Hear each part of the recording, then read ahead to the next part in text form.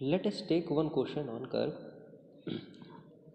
so that we can calculate the different elements of the curve. The question says a 500-meter radius simple circular curve is provided between two straights intersecting at an angle of 120 degree, which is angle of intersection. Determine the length of the curve, the length of the long chord, degree of the curve, apex distance, mid ordinate and tangent length. तो हमें क्या कह रहा है कि एक 500 metre radius का simple circular curve provide किया गया है दो स्ट्रेट्स के बीच में, दो इंटरसेक्टिंग स्ट्रेट्स के बीच में, और एंगल ऑफ इंटरसेक्शन है 120 डिग्री. ठीक है, तो अगर हम इसका डायग्राम बनाना चाहें तो अगर मान लेते हैं ये आपका एक स्ट्रेट है और ये दूसरी स्ट्रेट है. ठीक है, और इसके बीच में हमें एक सिंपल सर्कुलर कर्व प्रोवाइड किया गया है जिसकी रेडियस क्या है,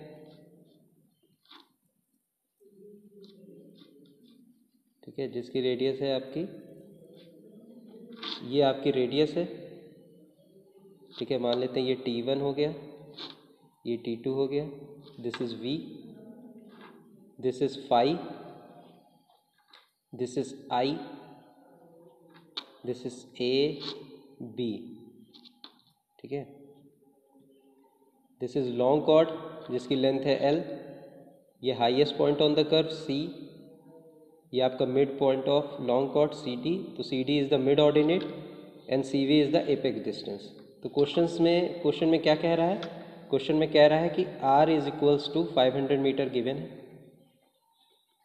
R is equals to 500 meter given है, और आपको गिवन है angle of intersection I given है आपको 120 डिग्री. ठीक है, तो बाकी चीज़ें आपको कैलकुलेट करनी है.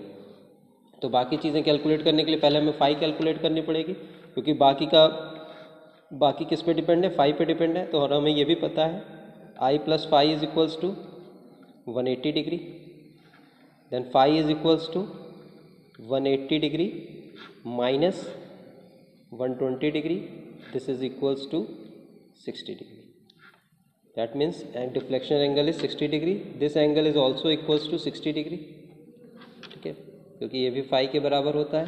क्लियर है, तो अब हमें सब चीज़ों के फॉर्मूले पता है, अब हम कैलकुलेट करते हैं. ठीक है, सबसे पहला हमें कैलकुलेट करना है length of curve. Length of curve means T1 C T2. ठीक है, तो लेंथ ऑफ कर्व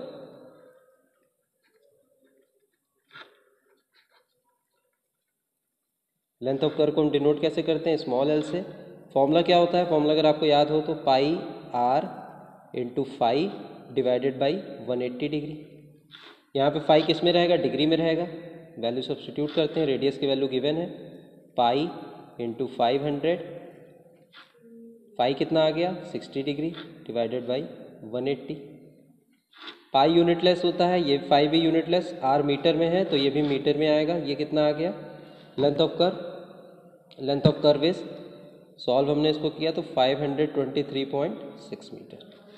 ठीक है, 523.6 मीटर आ गया लेंथ ऑफ कर्व. नेक्स्ट है आपको length of long chord calculate करना है. Length of long chord is T1 T2.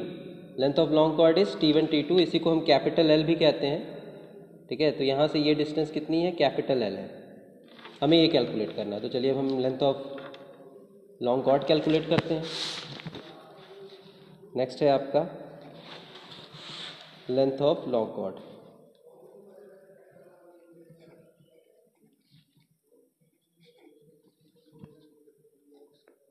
Length of long chord को डिनोट करते हैं कैपिटल L से, and we know that capital L is equals to 2R sine 5/2. यही formula होता था. Value substitute करते हैं हम, 2 इंटू आर की वैल्यू कितनी है 500, साइन फाई कितना है 60 डिग्री, तो 60/2 यानी कि sine 30. This means 1000 into sine 30.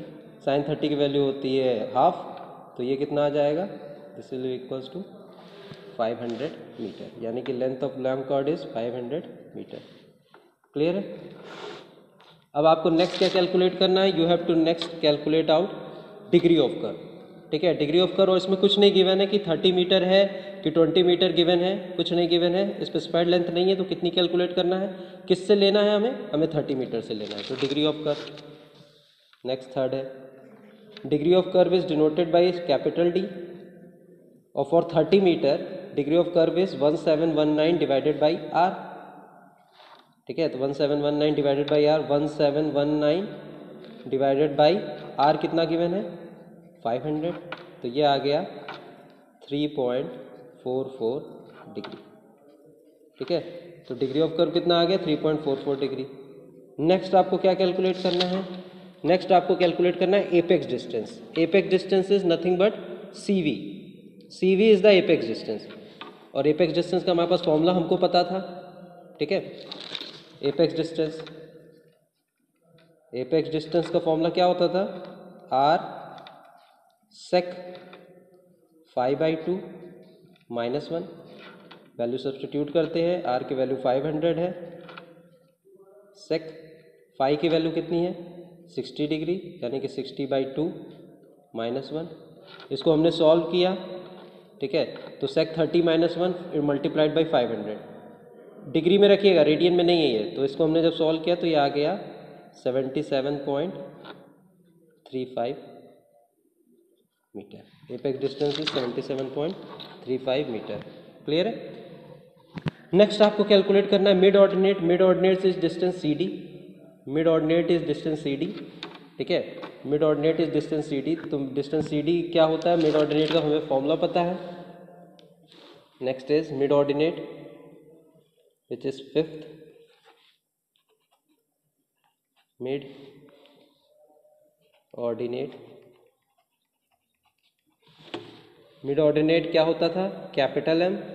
Capital M क्या होता था, फॉर्मूला क्या था, R 1 - cos 5/2।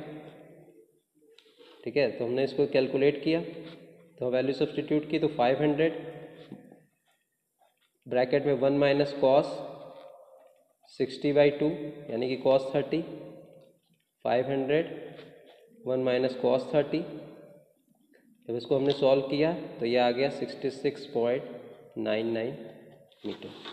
क्लियर है, तो ये 66.99 मीटर आ गया। This is mid ordinate, capital है। Last is tangent length.